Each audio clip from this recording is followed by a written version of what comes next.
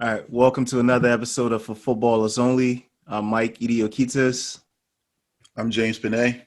and today we have a special guest. Hello, I'm Zoe. Hey Zoe. Welcome, Zoe. Welcome to the Welcome, show. welcome, welcome. We love the energy. All right, Zoe, let's just get right into it. Where does your football story begin? Oh wow. My football story begins maybe 7 or 8 years old. Um, my friends started playing ASO league. Maybe in like second grade. Yeah, my friends are playing ASO. I asked my mom if I can play. Um, she said, "Sure, go ahead." Um, and that's where it begins. And then I get into to Super Soccer Stars, which is a program down here in New York. So I get more involved with that. And apparently, like how I transitioned into playing club was my brother actually watched me play in ASO, and he was like, "My mom didn't come. No one took me seriously. No one thought I was doing anything. My mom did know that like I would run so hard that I would give myself like little asthma attacks because I would just, like want to play and run, and then I'd be like heaving, and so she thought something was wrong with me. That's like all she really knew about my soccer ability, and like as it developed like a little bit, my brother was the one who was like, "Mom, I think you should actually pay attention. I think she's actually pretty good." Mhm. And from that point on, that's kind of where my story began. About U9 is when I started playing club. Wow. Wow. Um, so did your brother play? No, my brother actually plays basketball, so he played basketball in college. Mhm. Um, Okay, and both of my brothers. I mean, my oldest brother played a little bit, but but um, he was the one. He was the one who used to take you to the games and watch you.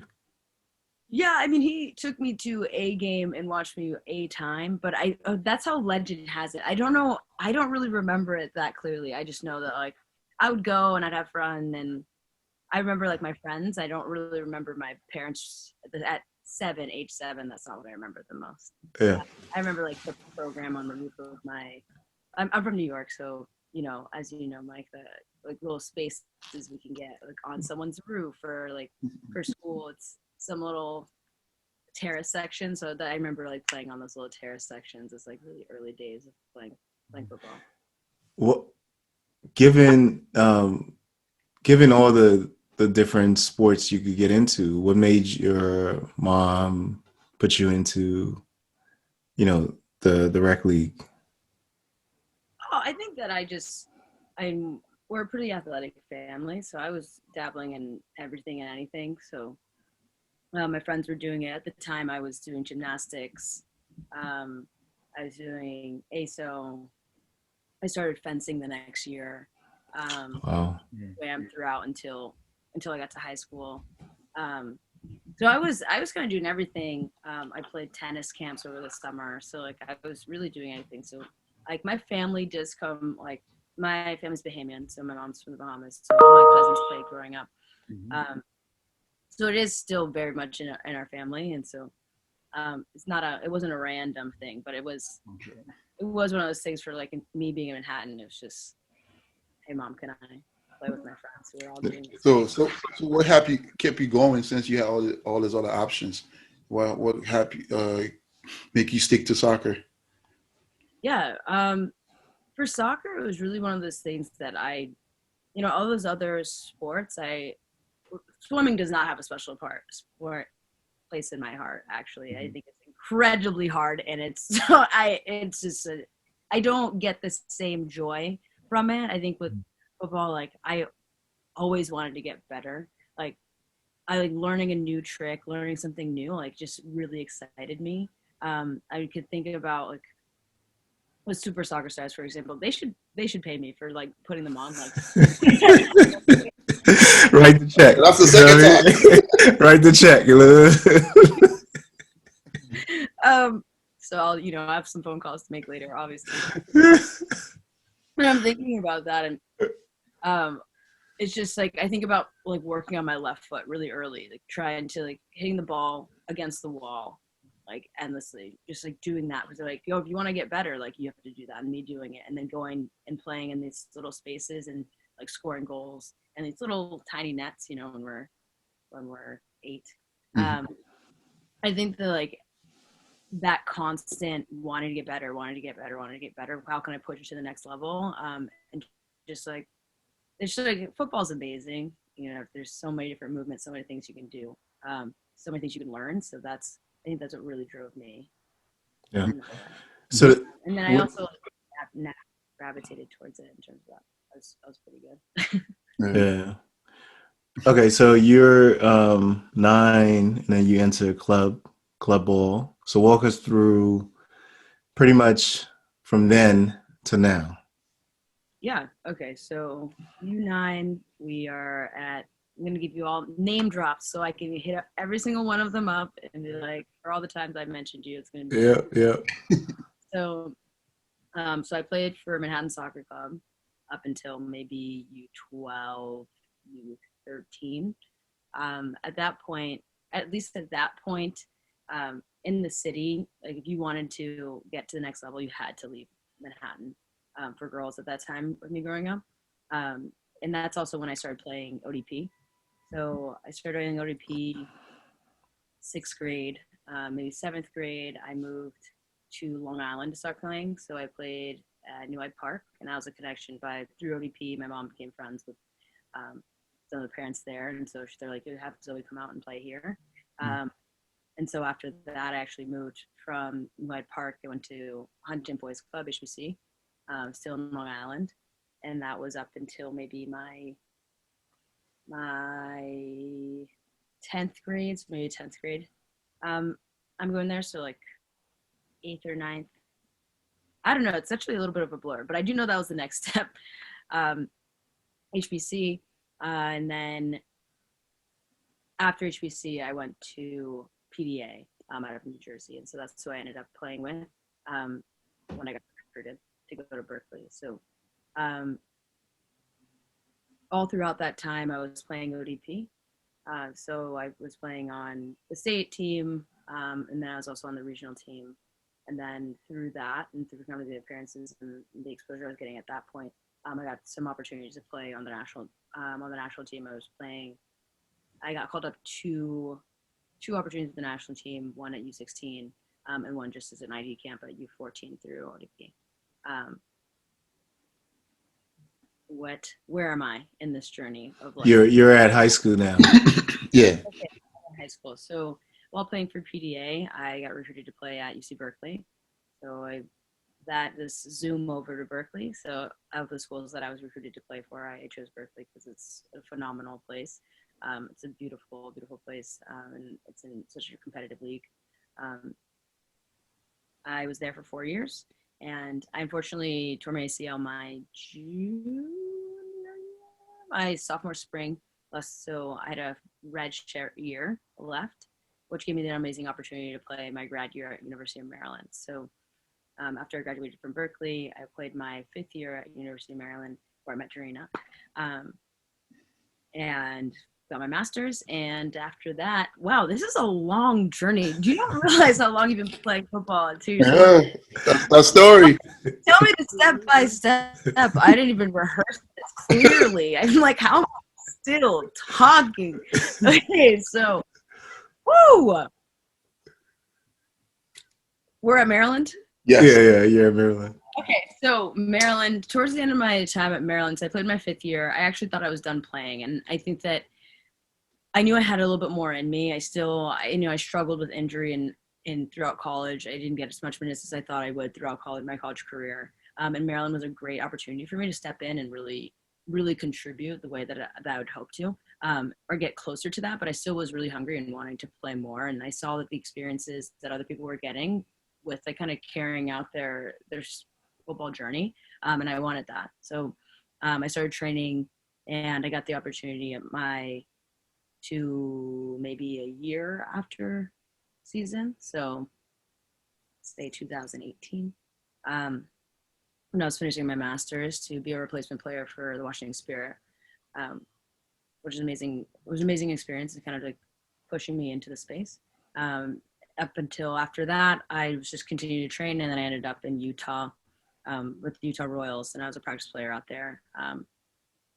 where are we now? Whew. So I was there. So I was at the Utah Royals for 2019. I ended up having to get surgery at the end of 2019, just like some meniscus troubles, a little knee situation. And then I came back home to train. And then as I say March 2020 is when I was planning to go back play abroad. That's exactly when COVID hit. So it actually kept me here. And I think in that time of being at home and getting healthy and getting things together, my same passion for the game wasn't exactly where I wanted it to be. Exactly just knowing the level that you have to be at and the kind of concentration that you need to be. And like like playing the professional level, there's no room for doubt. Like you have to be so self-assured in what you want to be doing, and you have to be so self-assured and like, I belong here and this is what I want. And I'm not going to let anything out of my sight that I want. And I think that if you have any type of sprinkles of doubt in that space, it's not going to work. So I just knew that like with speaking to someone who was like, hey, I can get you out and get you on some trials out in Europe and in England, like, but is that what you want? And that's like, if you asked me this a year or two ago, I would say, hell yeah, but you know, it's not building a fire in me the way that like those words aren't building a fire in me like they did.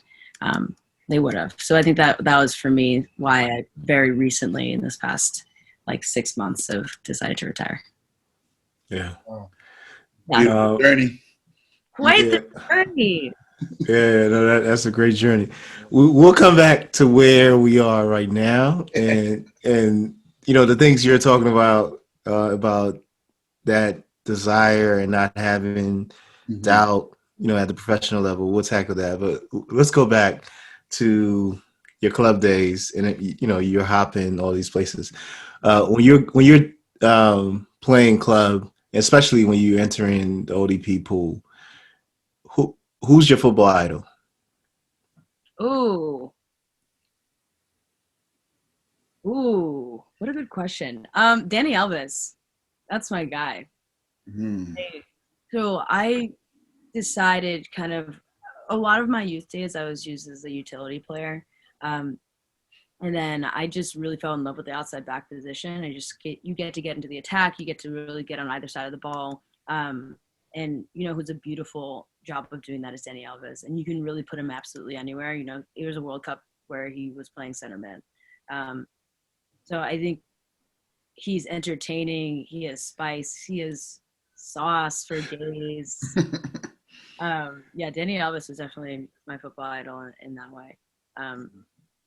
Nice. Okay. All right. So since you mentioned, you know, Danny, and I kind of know where this is gonna go actually, but this is gonna be fun. So there's this question, right, that we ask everyone, and there's no right answer, but there's no wrong answer. It's your answer, and regardless of what you say, people in the football community, your friends, like especially you, it sounds like you know, you have friends that still play and that are ballers. They're gonna get at you, you know, like so. But so that's just it's just what it is. You know what I mean? So here's the question: who's in your top 11 footballers of all time? Oh Lord. You got Danny Alves already, so Yeah, well, no. I mean, I don't know that you might. yeah. But so okay. So here's the thing. They don't have to be. You don't have to do the whole field. You know, like you don't have to do every position. You don't have to do. You know, you can just name 11 players. It's your 11, but you know, I'm gonna help you count as you're going along. They could be men, women. It doesn't matter. It's your 11. You didn't even let me prep for this question. No, but here's the thing. No matter. I asked James, right? Like I asked James. James knew this years ago, right? Yeah. This is a question I asked everybody. Struggle. Yeah. And I asked him on his episode. It was a complete struggle. Yeah, I So struggle. it doesn't, especially for somebody like you. The more you know, the more you're gonna struggle. Yeah. You know what I mean? Like that's what it is. So it doesn't matter. Okay. Yeah.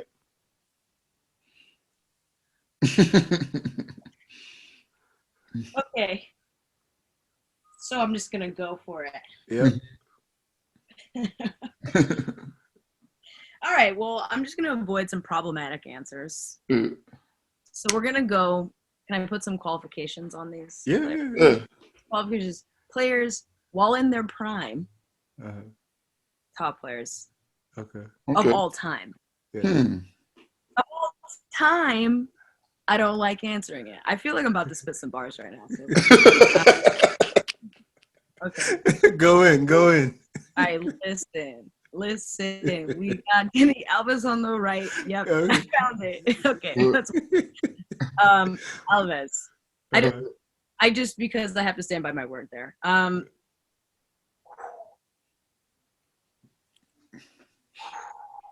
Of all time? Okay, I'm just gonna spit them out. yeah.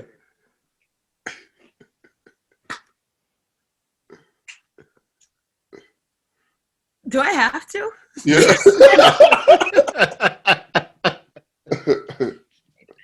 Okay, it's fine. Uh, Let's go with the easy ones. Ibra. mhm. Iniesta. Puyol. Oh, boss. Rooney. Ooh. Thierry. We're at 6? 6. Oh, I'm cruising.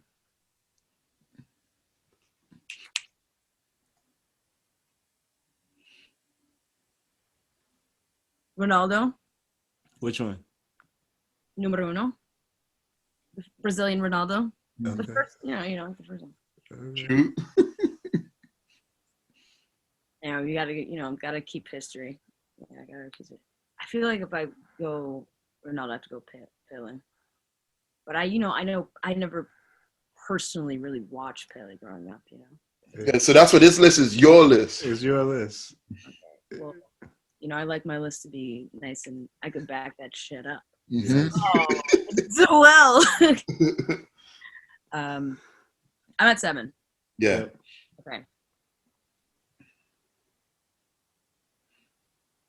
Oh.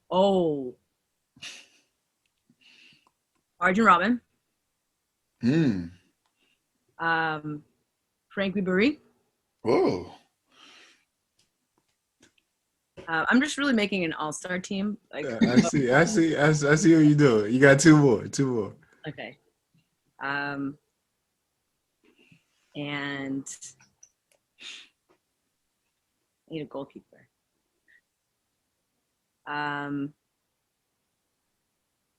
Marta in her prime, dirty. 1 more. And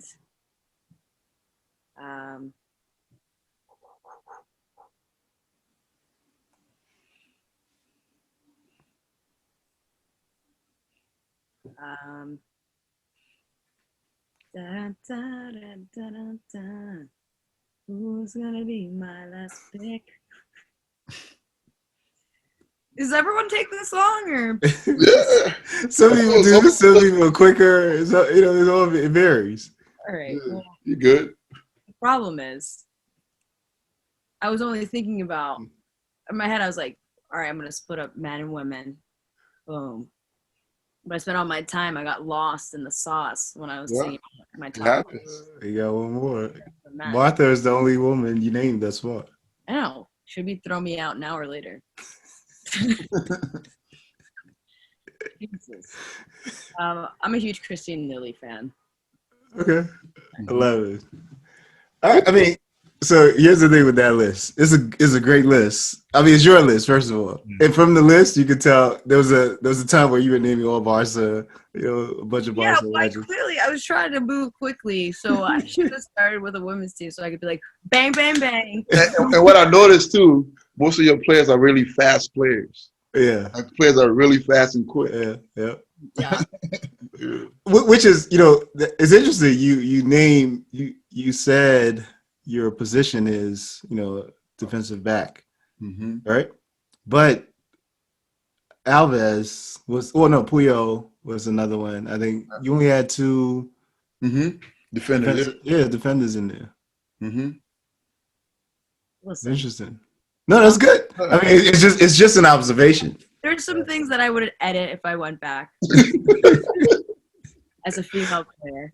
Put some respect on some more females' names. Okay, you could do two reserves. Yeah. Two reserves. Yeah. Yeah. Reserves.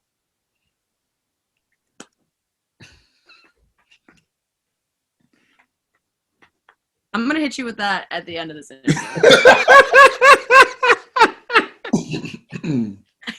I don't- Yeah. No, that's good. That's good. All right. Oh man, no, that's funny. All right, so let's go back to you're playing both on the the ODP teams. You're in the ODP pool as well as the national pool, and you're playing club ball. Um, Actually, I want to ask you this question, and this is something I've been thinking about. So I'm sure you're aware of the constant discussion about the issues with youth football development in the U.S. Folks talk about pay to play, talk about lack of diversity. You can go down the list, right? Usually, this conversation is centered around the men's game, all right? So the question really is, how come the U.S. women's football, and you're a prime example of this. You were in all of those pools. How come the women have managed to become, the essentially the dominant producers of women footballers internationally, but within the same environment, the same structures, or similar, at least from the outside looking in, similar to the men, but it's not happening for the men. What do you think is contributing to that? And well, yeah, any ideas? Oh. Ooh. Ooh. That's a tough question. So your question is, why do I think that the women's side has seen so much more success? Yes, technically. Yeah. Uh, I actually don't. I don't have a confident answer in that. I think that because the discussion around the women's game, it's such. Man. So can I make that question a little? So on the men's side, the pathway to professional is tough, right? So I think what Mike is trying to see is, why is it easier for the women? Like, is there a pathway that's easier for you guys? Because on the men's side, we're still struggling. Well, Where like young kids can get from an A to a Z, and then playing the MLS and stuff like that. yeah, well, yeah. So there's that, but it's even more than the pathway, right? So at the base, my question is, you know, there's men and women in the U.S. or boys and girls, and they're playing a game with the same systems, right? So the pay to play impacts women or girls as well as boys. Right. There's the ODP pool, there's the national pool, there's the club structure, etc. The development seems similar, but yet U.S. women, are, international superstars uh, compared to U.S. men. Yeah. I think there's just so many things that play into that, like in terms of like how's the league structured, what are the different structures leading up to the MLS, like how it's structured in terms of like actually financially structured versus how it's financially structured abroad. Like I actually don't know those answers, but I know they have to be a piece of that, right? Like I know the structuring and how you lead players into it. I mean, is there? I don't really have the answers for the men's side, besides like at the end of the day, like step your game up. Besides that, I don't. I wish I actually could answer that question, but I don't feel confident giving you a definitive answer. It's like, hey, this is why the women are so much more. This is why they're so much more dominant on the world stage. Yeah. Okay. No, that's fair. I mean, it's something I've been I have some theories. I'd love to hear your theories, Yeah. and I can vote yes, up or down on whether I think. Okay. All right. So the reason I think the U.S. women's game is so much is so dominant internationally compared to other women is primarily the U.S. women were the development system was intentional, in this short period of time. So, from the really, if you want to look at it from say the early to mid '80s, with the encouragement of women in athletics outside of the traditional track and field, let's just say. Mhm. And so what that led to was the U.S., unlike all the other countries, was actually developing players or developing great athletes, etc. And so when the women's game got on the international stage, like the first Women's World Cup, for instance, the U.S. women were so far ahead than all the other women's, right? And this lead has been continuing for a while. Um, so even up till now, but I think there's like a tipping point, and so I think the U.S. and this is extremely controversial, so I'm just gonna go ahead and say it, right? But I think the U.S. women have won the last World Cup for a long time because now all the other the big countries, etc., have actually poured in a lot of resources, intentional training, coaching, etc. And so now at the next Women's World Cup, you're gonna have.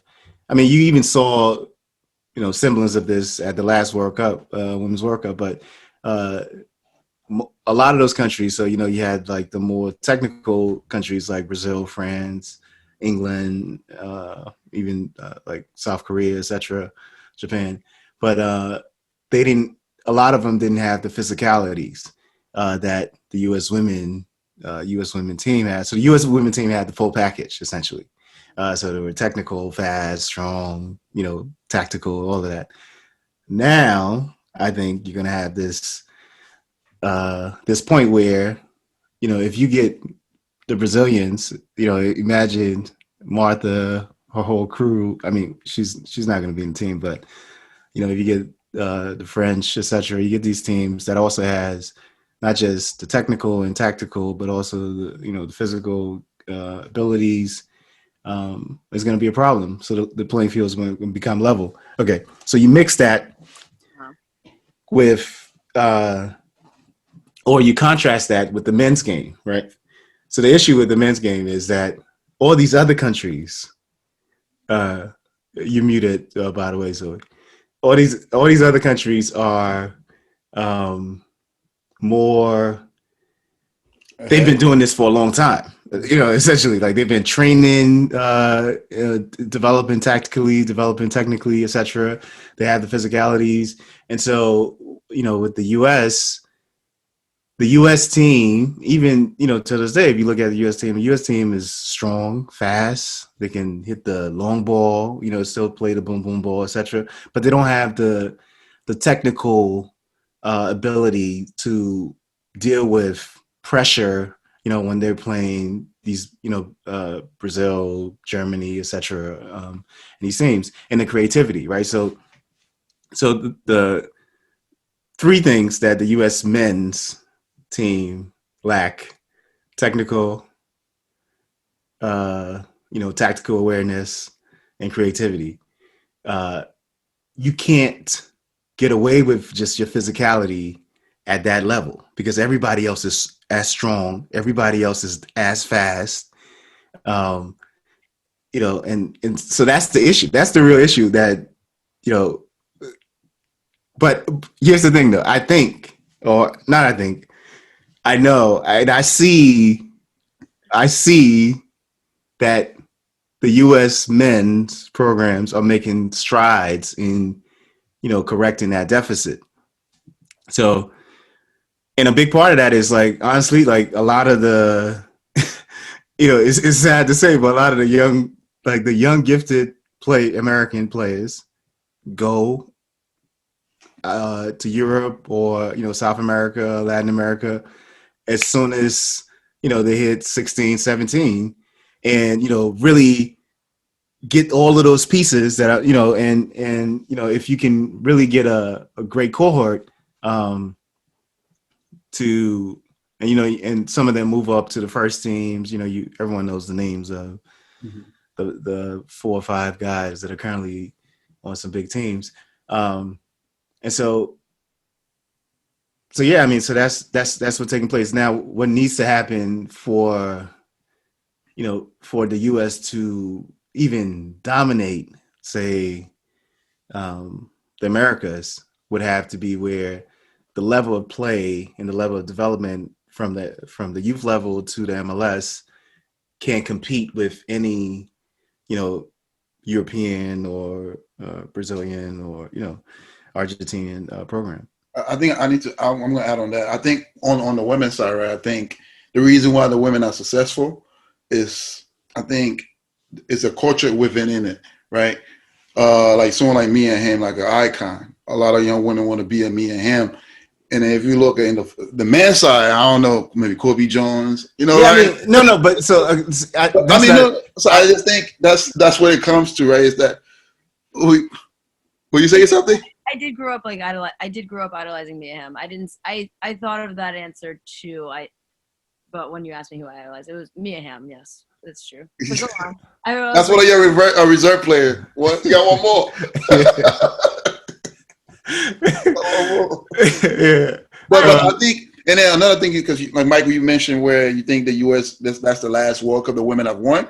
Yeah. Like you were saying, like on the men end, you said like Brazil been doing it for years. Yeah. The Germans been doing it for years. So Yeah. what? I mean, just like example, the more money you have, the better you're always going to be. So I just think the U.S. women can always be better because it's so much ahead of because it started already. Right? Yeah, no, I hear you. Except like one of the things that a lot of the staff for the U.S. women's now we're making this a conversation, but this is good.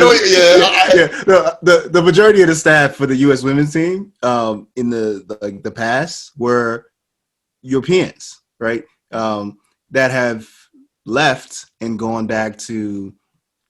I think even and I'm not just talking about the head coach. I'm talking about even like the dietitians, all of these things. So what I'm saying is like the knowledge of what made the U.S. or what makes the U.S. women's great is now spreading or has spread throughout. Mm-hmm. And so we'll see. Today is May 12th. 2021. Let's see if the women's win the next World Cup. What is the next World? Is it next year or is it this year? No, the women's World Cup. Yeah, what is it? Zoe, do you know? When's the next Women's World Cup? Yeah, is it 2023? It's 2023. Yeah, it's 2023. Gonna be. Okay. Okay. So yeah, let's just say if the U.S. women win that World Cup, I'll get you and Zoe whatever you want as a meal. Dinner's on me. Dinner's on me. Dinner's on me for that day. Circled that back. You got on like the world's longest theory. I hope you know. Yes. I don't, and I feel like we really do need to get into that. It doesn't have to be now, but maybe.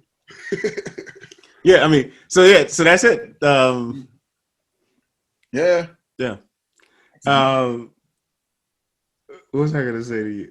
Okay, so let's get back. So you're not sure why the U.S. women's are as great as they are. No. You asked me why. Different question. You asked me why the women's successful and why the men. I'm not. Mm-hmm. Yes. Different question.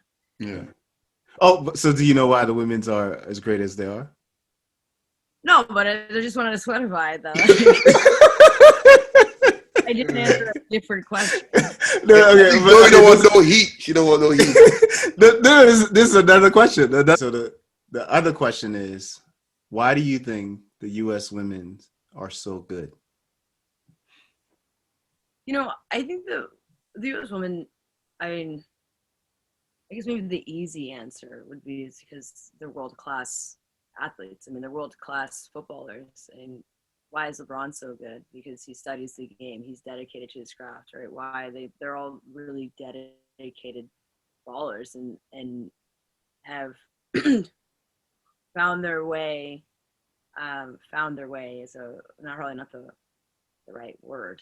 Um, but I think at the end of the day, what I can say like why are they so good because they've dedicated their lives to mastering their craft, and how like I can't speak to maybe the systematic way until they got there, and you were touching on that in terms of like, hey, there's higher investment going on in other countries. Like, will they still stand up? And I think absolutely, right? Like, and my calling would be like, call to action is like more investment, right?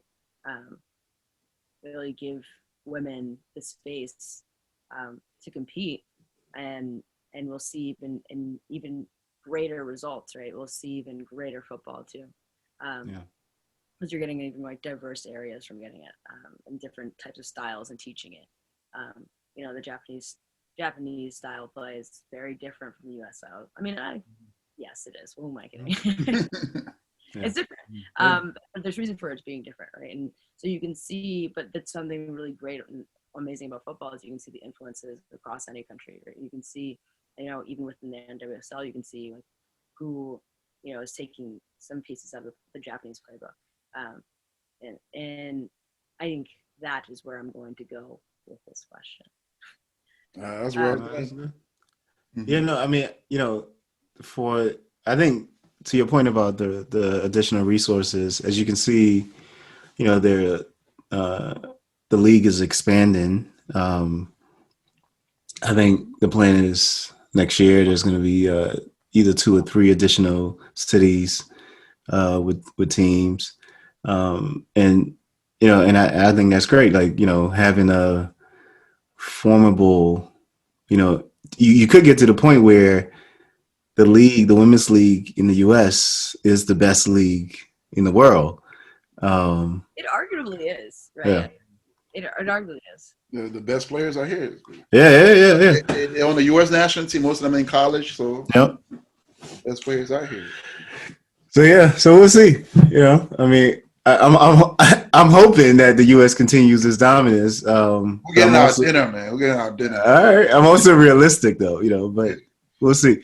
Yeah, I think Um, there's definitely other. I'm not going to sit here and be like they're the best at everything. Like it's not my tune. It's definitely not.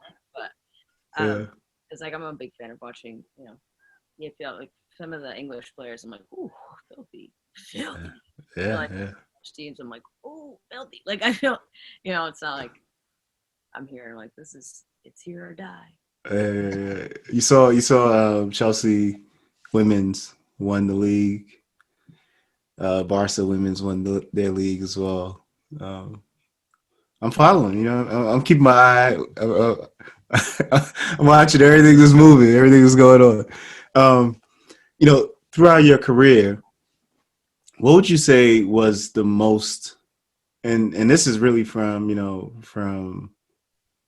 when you enter club to when you decided to hang up your cleats. What would you say was the most challenging thing you endure? And just playing. No, I mean just it could be anything, but it revolving around the game. Ooh. Um, I think the most challenging part about the game for me has always been the mental side. Um, Knowing that, you know, I think that it was interesting going to Maryland. um, and one of the sports psychologists was talking to us. And I had previously never worked with a sports psychologist. And she asked us to raise our hand if you think 10% of the game is mental. And then, everyone's hands go up. And she eventually gets to 100. And I'm like, yeah, of course 100% of the game is mental, right? Like when we're training and we're getting through things, that attention to detail, that last push, like all of that is mental. When you feel like you're melting inside, you're like, all right, get it together up here. or even it's just like the moments where you need to stay calm. Like everything about it is mental. And she's like, so how much time do you dedicate to your mental side of the game? If it's 100, like if it's X amount of, and I'm like, do you commit that much time to it as you do to something else? I'm like, damn, I don't. And I think that has always been a challenge for me um, around the game, because I think that how fluid I play like is, yes, grounded in how technically sound I feel, but I think that like going back to that piece of maybe when I was in Utah, the days were like not being on trial for so long, um, that unsure about my ability or showing up and not feeling my best, and trying to figure out like, people aren't gonna pat you on the back and be like, good job, you're doing great. Like, you got to show up and kind of stand in your own ground and be completely confident in what you're doing. And that doesn't really come from anywhere else, especially in that setting, because people will be very quick to call out your mistake, and very quick, if you're not somewhere, they're going to be on your ass about it, and they're going to make you know that like that was your call and that was your mistake. So, I think that the mental side has always been a challenge for me, and I've been able to succeed in certain areas, and there's other areas where I still need to improve. Yeah. So I have two questions, right? So what have you gained from soccer, Yeah. and um, and what life lesson have you learned from football as well? Yeah. I mean, there's so many that I've learned, like life lessons. I mean, you can stay within, it might be kind of corny, but if you think about the pure just being on the field, about like accountability, right? Um, knowing your role. I don't know. I think I'm trying to like kind of translate it over to like, now that I'm working at a startup right now, I'm working in the good old corporate world. Um, Things I've learned. What a good question. I think there's so many. Let me think about this. What if I'm just thinking about right now. I'm thinking about like competitiveness, but I've never been. That's not something that I learned from the game. That's just something that I experienced in the game. Are you naturally competitive? Yeah, I like to act like I'm not, but that's not possible. I think like outside of the game, I can be pretty chilled. But like, if you tell me I'm not, if like you challenge me, oh my gosh, I'm like, oh okay, you want to play me like that, like, and I'll go off. Mhm. Yeah, I would say so. Okay, what have I learned from the game? I think that it has taught me a lot about like people and responsibility and roles. Um, it's taught me about a lot about like grit. It's taught me a lot about like being your own advocate, right? It's taught me a lot about um, and really just the grind of it all. And I mean, um, and working towards goals, and it's showed me the type of person I am in terms of like how um, when I'm most productive. I've learned about myself really recently about like when I have a certain goal in mind, if I can put some things like I want X, Y, and Z, but really like poignant things, like my motivation to do the things, like my vibe behind it is so much stronger.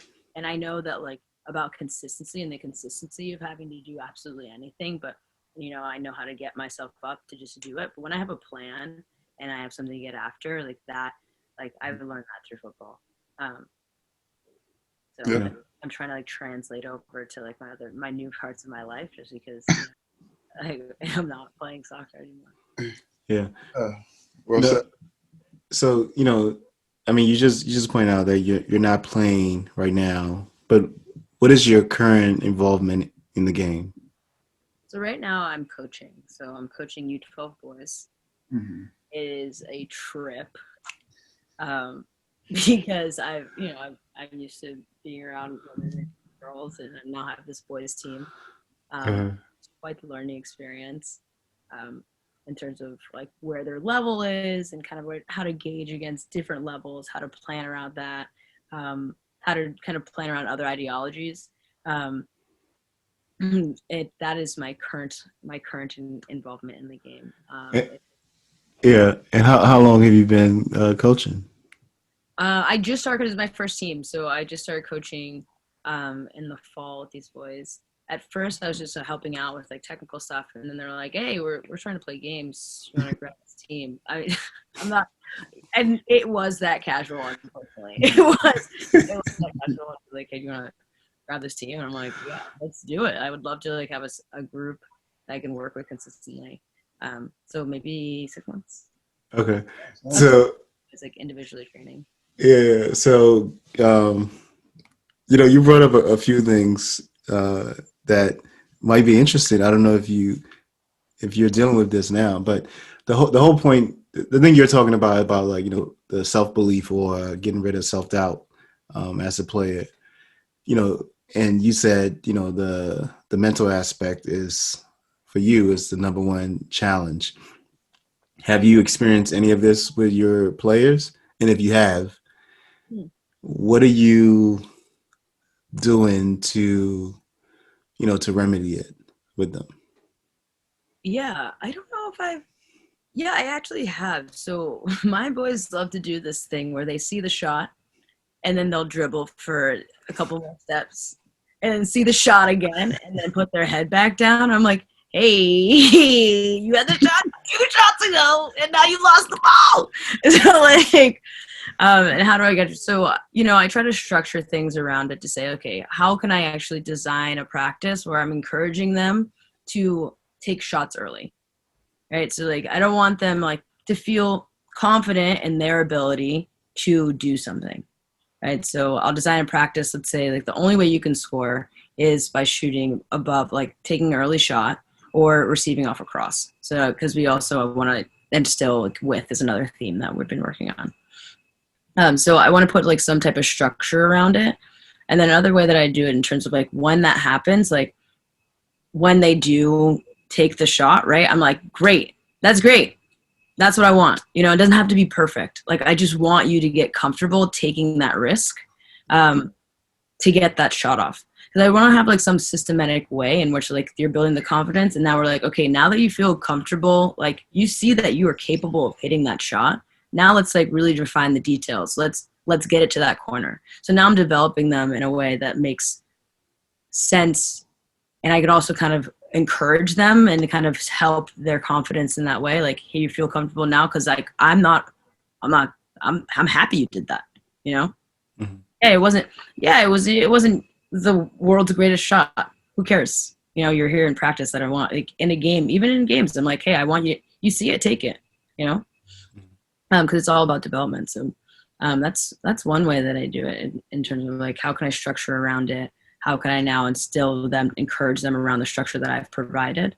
Um, in terms of, and I'll be really frank with them in terms of like, hey, I'm going to be really hard on you today on certain things. So, I don't want them to ever think that like, if I'm hard on them, I want them one, no, like I told you, I told you I was going to be hard on you. I'm going to demand a lot out of you today because I know you can do it. And starting to like, hey, like I believe you can do it. You try it out, and that's kind of how I'm doing it and trying to attack it from a youth standpoint. Yeah. Mm-hmm. Who are your coaching influences? Oh, that's a good question. I actually have two influences. One would be Pep. Why? Just because he's a great name to say. No. Are actually Becca Moros is the assistant coach at Gotham FC. And I had the privilege of playing with Becca at Utah. And when I was training, she's so meticulous about details and everything about like passing a ball, right? At the elite level, and I've heard from like Amy LaPelbit is another person who's a really big influence in terms of coaches for me, who I was playing with in Utah. it's about hitting, like, at the elite level, it's not 6 out of 10. You can hit this pass 8 to 9 out of, like, if not 10, you're hitting it 9, 8 or 9 out of 10. Like 8, you should be hitting 9. So what does that come down to? It comes down to, like, detail for Becca. Becca's all about detail, repetition, and really, like, can I find, like, can I practice the absolutely perfect strike, or, like, this absolute perfect part of it over and over and over, and now let's translate it to, like, that's just on the technical side. And so she's actually such an incredible mind when it comes to the game. So Becca is one when it comes to the technical side of the game. And when it comes to the tactical as well, I mean, I don't spend as much time talking to Becca about the tactical side. But I know I could, because she's pretty brilliant in that space. Another person who's a huge influence for me is Amy Lepelbit. She actually is formerly on the U.S. national team as an outside back. And I had the privilege of playing with her just with the reserves at Utah. And she's so smart and so dope. Like, she's just a dope player as well. And I think that she has a really calm demeanor, and how she, when we've talked about her with youth, playing with these players, she's always like, I think that every single, like, if I'm there to develop them. And I think the players deserve to be playing, even if they're not the strongest, right? Especially at the lower levels.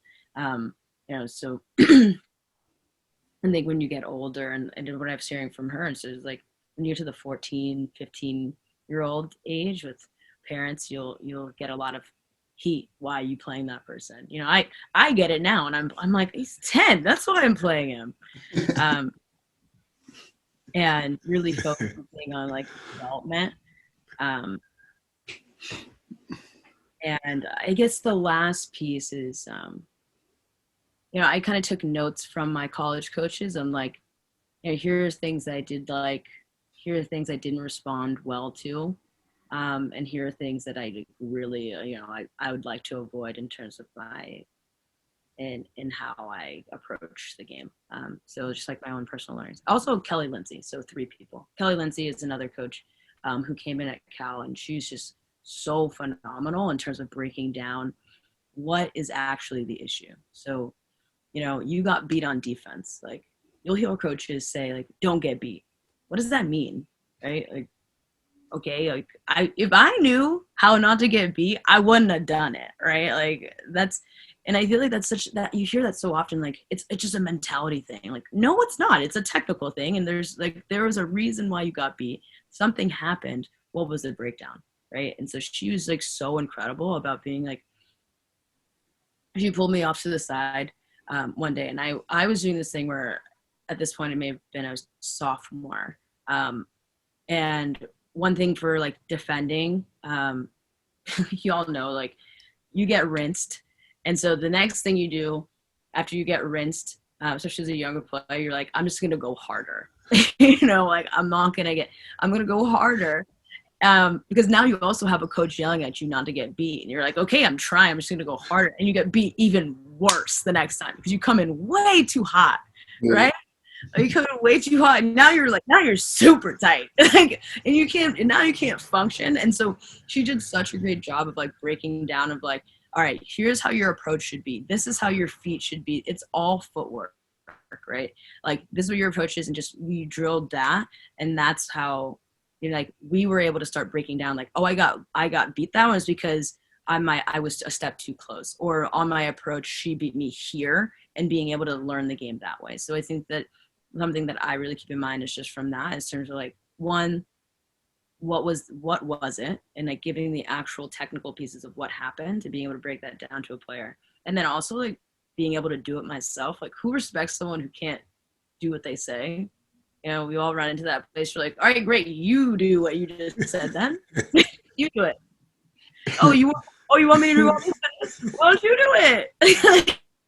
Right? Like, being able to really stand by that. And so I guess, yeah, I think it's a great question. I'm just realizing, like, so many great, someone who I work with now here around here. It's like one of my friends who owns a gym up the street. And I've been training with since I was in high school. And anything that he's ever asked me to do, like, he shows out when he does it. So being able to have an influence like him as well to say like, anything you demand of anyone that you train with, you should be able to perform as well. And so that's something that I tell the boys, like, listen, you want me to do it, I'll do it. Yeah. And if I think it's too hard, then I'm like, you know what, you're right. No, I mean, this is so true. That leading by example. But what I'm always trying to remember though is like when we were young. I'm trying to remember if all my coaches led by example. Because like I mean, I'm remembering some of the coaches that the gun is out is out here. They can barely even see the ball at their foot. I think they had an idea, but they Yeah, couldn't do it. right. You know what I mean? And we were still expected to do it. Whereas what I've noticed, that's what I was going to ask you this, but what I've noticed with a lot of the younger players now, they do like when their coach or trainers can actually perform whatever the task is and actually do it at a high level, it pushes them. You know what I mean? And even and there's jokes amongst the players about like you can't do it. And for me, I'm always good. Like we do competitions nonstop. Like their goal. I tell them all their goal is to beat me. That's and they need to beat me. Real soon, because if they could beat me real soon, they would have a field day with like kids that it would be. But no. So what I was going to ask you was, do you notice any difference in the development between when you were playing with clubs, ODP, National Pool, etc., to now that you're working with now that you're on the other side, you're a coach now? Are you noticing any differences in the structure of the clubs, the training regimen, all those kind of things? Yeah, I think that the club that I'm with right now is a little unconventional. So it's a it's a developing club, and they're still kind of working out the kinks of like what they want to look like, how they want to function. They just know there's a space for young kids in the Harlem area, who may not actually be able to afford like a classic club at Manhattan Soccer Club and be able to pay that level. They have a space here at Harlem Elephants to do so. So it's definitely a different environment for me in terms of coming into a club and being like, all right, here are my 15 players, or here are my 12 players. I see them every Wednesday. I see them all the time, and I'm not having anybody else work with me, right? So like I constantly have to work on the fly because I have like a core group of players that I will have and bring me to games, but I also might have like 5 other kids that showed up on Saturday morning and want to get involved, right? So like, how do I manage around, like, how do I keep my really high level, but also like make sure that I'm showing them love. Yeah. So it's a little different for me. So I can't really speak to the comparison because it's like it's not apples to apples. It's like, I don't know, cucumbers to to oranges. Cucumbers. Not even close. What would you say? We didn't get into. Well, I mean, we didn't ask about. You mentioned you got injured at Berkeley, and then you also got injured at the end of Maryland or at Maryland. No, sorry, Utah is when I. At Utah, yeah, after you left Maryland. Okay. What would you and it could be your response to this could be about the injuries, but what would you say has been your worst mistake as a footballer? Oh.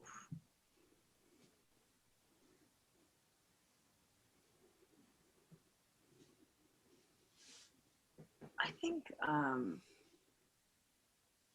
think maybe waiting. I think maybe I definitely hit in certain parts of my season, my freshman and sophomore year, where I got to the sense that I was like, I'm not gonna play anymore this season. Um, I'm not in the rotation. I can't figure out a way to get in this rotation. Like, I'm just, you know what? I'm just gonna shut it down, and like I'll just get through. And then when I get to and I'll figure it out later. Mm-hmm. I think that was probably one of my bigger mistakes in terms of how to approach problems. I think that sometimes, when things get too overwhelming, I used to be a person who just takes naps. Like, this is too much right now. I'm going to take a nap. We'll come at it in a second. But I think that I can do that on a bigger scale. So maybe that was one of the bigger mistakes in terms of how do I approach what I want. How can I tell myself, like, how can I be honest with what I actually want? Mm-hmm. And then how can I be daring enough to go get it? I think to kind of put it more concretely, I get like thinking about, I always was able to rely on the physical part. I know how to, like, physical part, like, not rely, sorry. In terms of working towards like your fitness or being better physically, that's quote unquote easy, right? Like, you just do the work, right? So I think that in the off seasons, I'm thinking about my sophomore year, those off seasons, instead of working at the technical pieces that I may have needed to work on, I was like, I need a break from all of that's football right now, and I'm just gonna dive in to just being my physical piece. But I think that one of the, which like, I don't think that's a bad thing to be like, I need a little bit of a mental break, because at the elite level things get really intense, and it's not just you have school, you're like you have so many things going on at playing in D1 soccer, as you all know. I think that it really does come back down to my biggest mistake was not going after, being honest with myself, like, hey, I want to be a starter. I actually still have aspirations of playing at a really high level. I believe that I can do that, but also doing the things that might be out of my comfort zone to get there. So I had a friend who's like an incredible mentor to me, who's like, okay, you want to be a starter. That's dope. That's great. How are you going to get there? Like, yeah, you're a talented player. Like, yeah, you're athletic. Yeah, you're technical. But how are you going to make that translate? Like, what are the pieces? And like one thing that she proposed was like, why don't you play with the men's club team, right? You have like a whole new area. It's going to push you in a different way. Train with them on Wednesdays, and that was such a great, like, that's a dope idea. But what held me back was just like the like not wanting to be outside my comfort zone, right? It wasn't like I didn't want, I think we may all be like this. I'm not really sure, but I know that like I don't like not being good at something. I don't like it. Yeah. And, I've gotten better at that now. I'd be like, yeah, it's fine. But I didn't want to be exposed like that, right? Like, and I wasn't willing to be exposed like that and be not great, and C, will like expose myself and then work towards it. And I think one thing that with my injury is that what made me realize is like, yeah, this is like a pretty unconventional thing to be doing. Like, it's kind of weird, but like if it's going to get me right, no one really judges you about what you're doing when you're at the top, right? Like no one, like then whatever weird thing that you're doing or out of the ordinary thing that you're doing becomes like, I should probably do that. Right.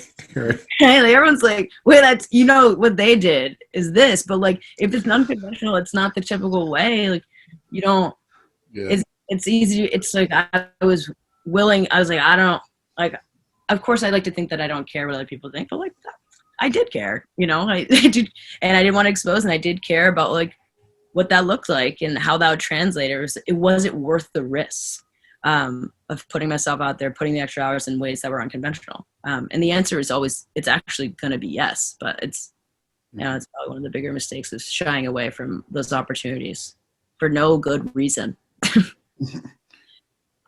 So you was playing like on a top level not too long ago. So did you stop playing because of injury, or is it something else, a different reason why you stopped playing? Yeah, I think that like for me, the physical piece of, playing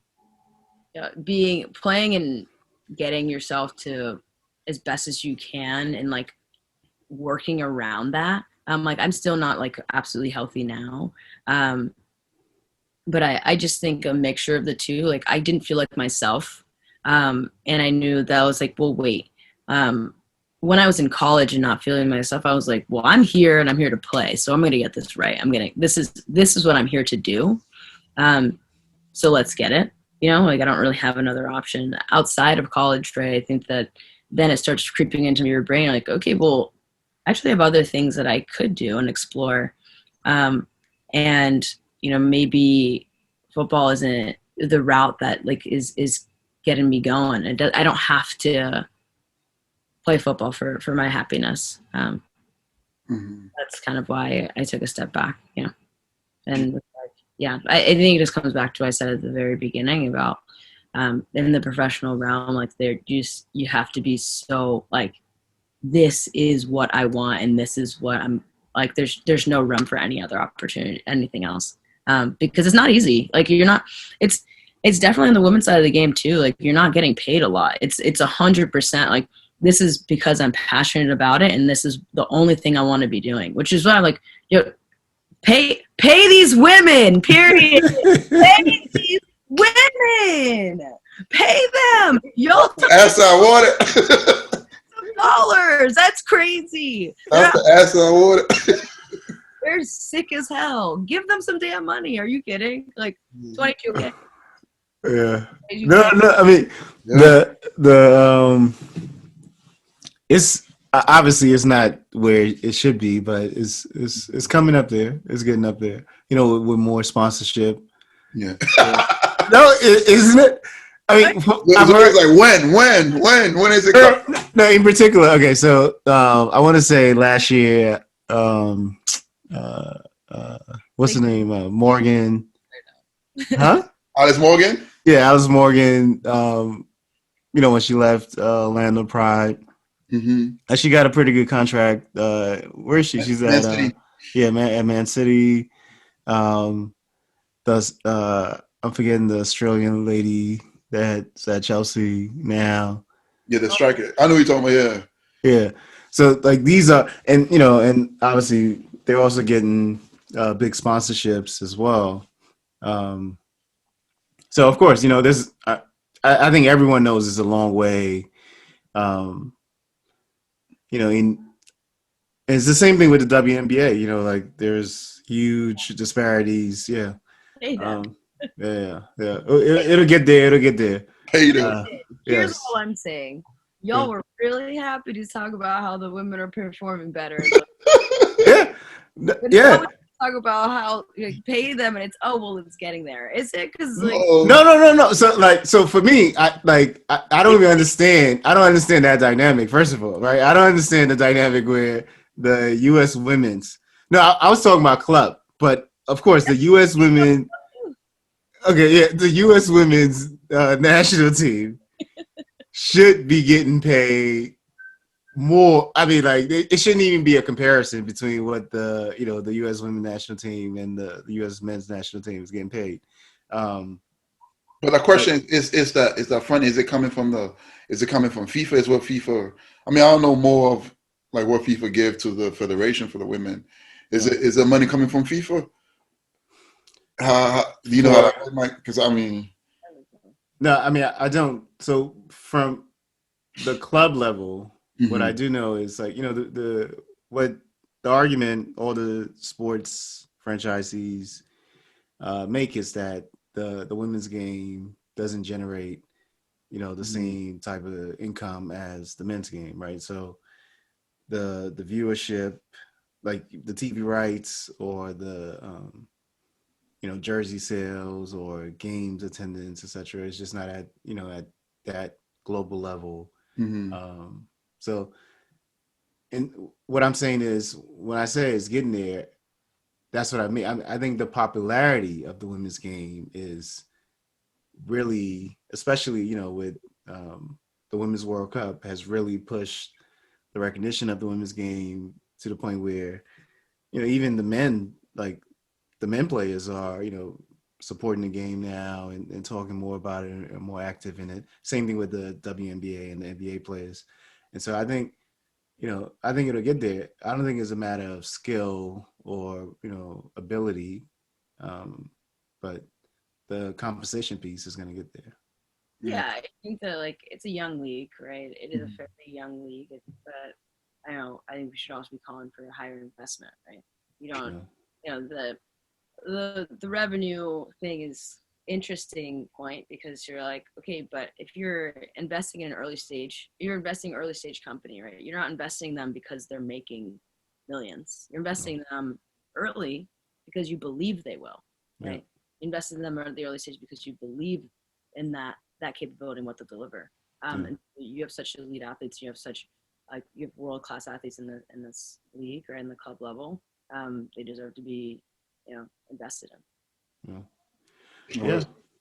that's it. Yeah, I mean, it'll get, like, so for instance, women's tennis is earning comparable or if not more than, I don't know uh, anything.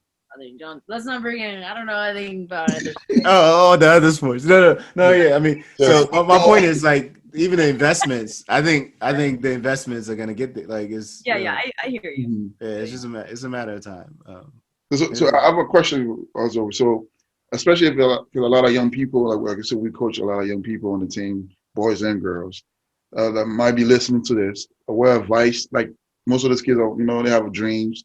They want to play on that level, playing college or playing professional level. What advice would you give them?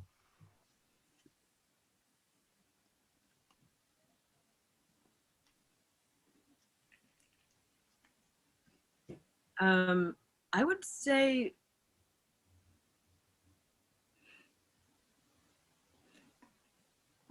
every opportunity that you have um, to get better, any opportunity that you can find, take it.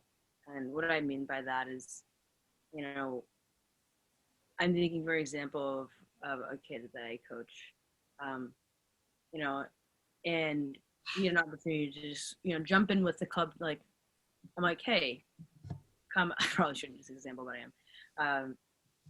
Like, if you have the, I'll make it more shop. If you have the opportunity to train with other people, if you have the opportunity to play with a new team, you have an opportunity. Um, you see, you have a great player around you. You have the opportunity to like shoot around with them, to start training one on one with them. Like, take them, right? Just find opportunities to get better. It doesn't have to be an expensive thing to do, right? If you know, just stay really hungry, stay competitive, and really always try to get better. Like like, how can I expand my game and think about that and turn into the player that you want to be. Like, if you want to be flashy, you want to chip behind the back, do it, right? Like, develop your skill set to do that. Like, don't let it like become the player you want to be. Just completely always push the level and put yourself in situations that might be uncomfortable, but like will get you there. I guess the other piece I'll say is um, don't be afraid to do other things. You can become a great footballer by being a great basketball player as well. Um, you know, learning from the other sports that you play. One, don't specialize until you get older. One, two, um, you know, because especially on one thing is actually not going to get you next place. I think the diversity of movement and thought that you'll get from other things will actually make you a better footballer. So really take all the opportunities you have from your other experiences and try to think about how you can translate those things to your soccer game. Um, and I think that will set you apart from anyone else because like how you experience another sport is so unique.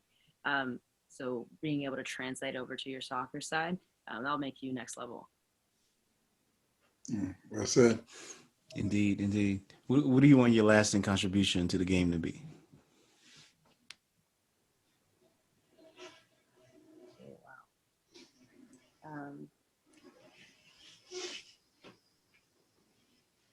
I actually just want to have um, be able to impact someone's life positively.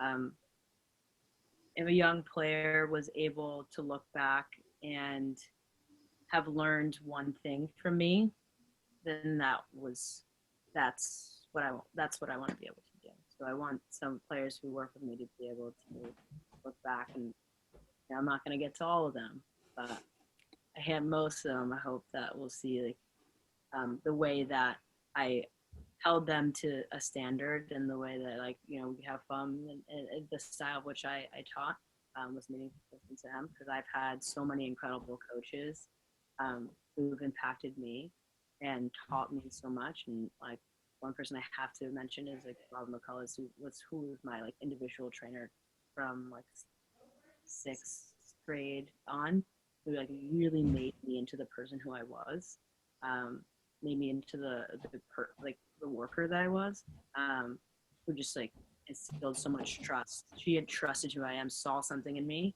and you know, and pushed me there, and taught me how to push myself to new levels. So if I can have something similar in terms of like in the game, saying, hey, trying to give some love in that way, then that's what I want to do. Yeah. Yeah, that's powerful. Awesome. Well, it's been a pleasure. It's been such a ride. Yeah. Hold on. She still got a reserve. You want to? Oh, Yes, okay. yes, yes. One more, one more. One more. Yes, one more. You put Mia Hamm on the reserve, so you got one more. I know. Can you imagine on the reserves? Like, the best.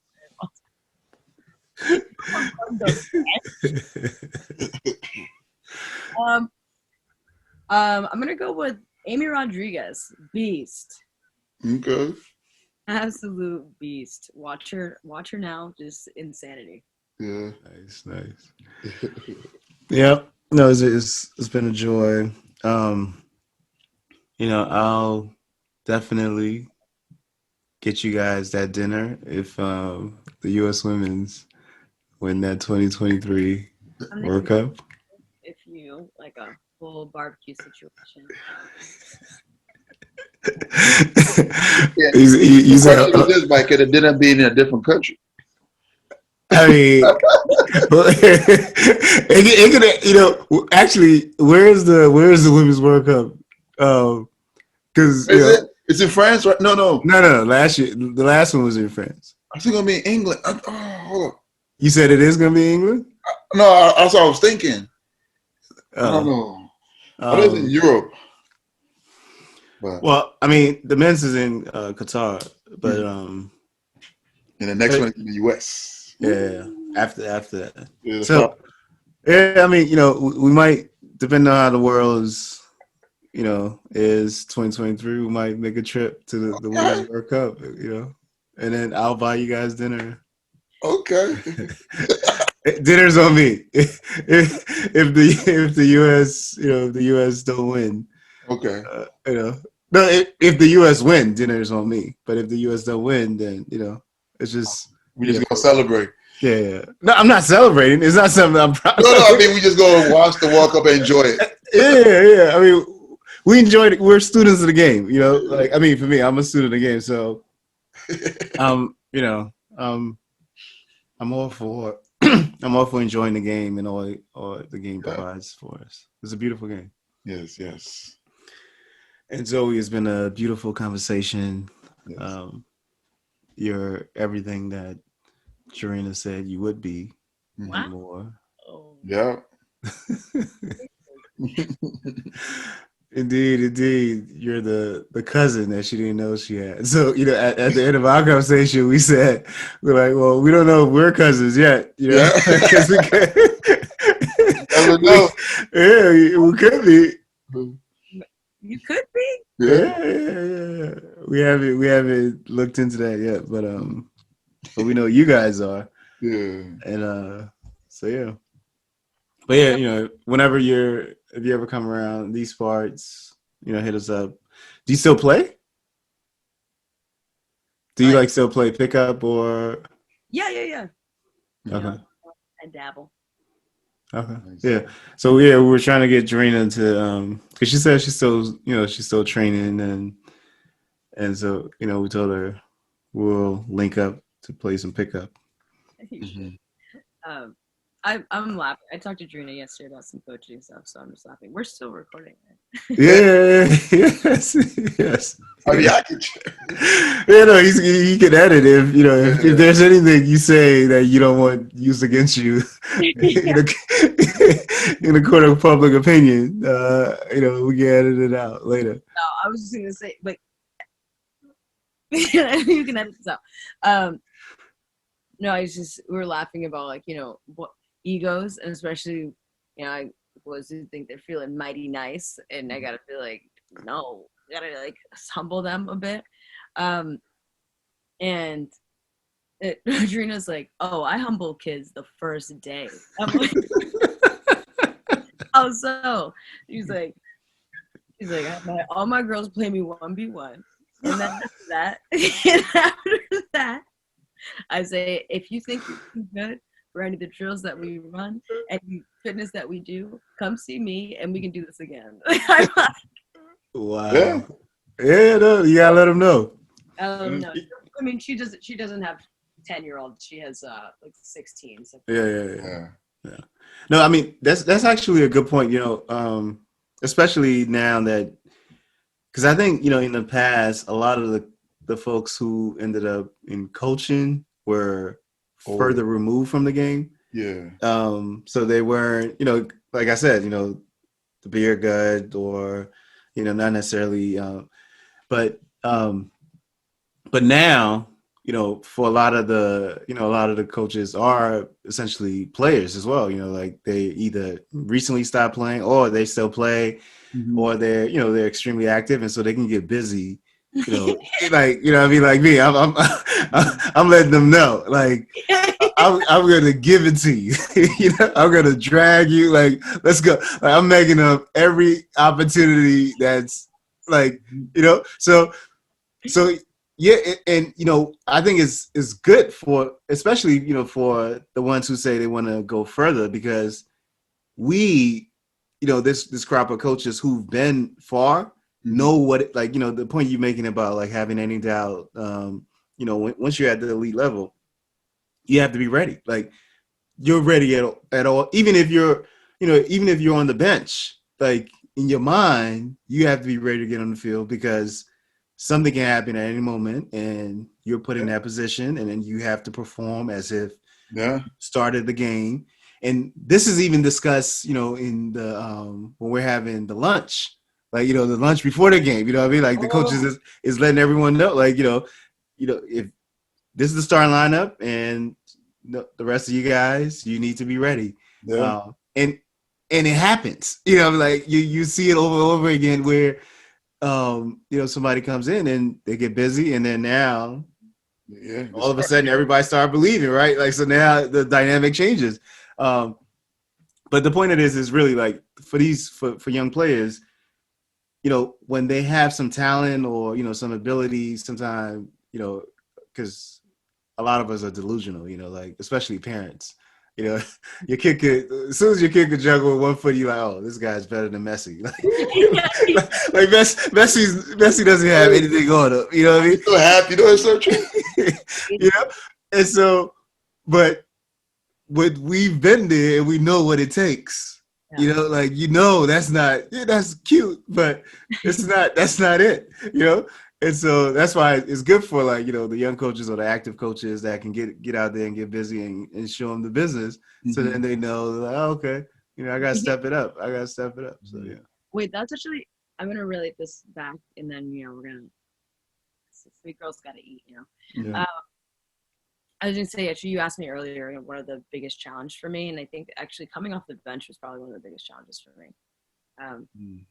Is you're expected, like you said, to act like you started, but you don't get the leeway of the starter, right? Yeah.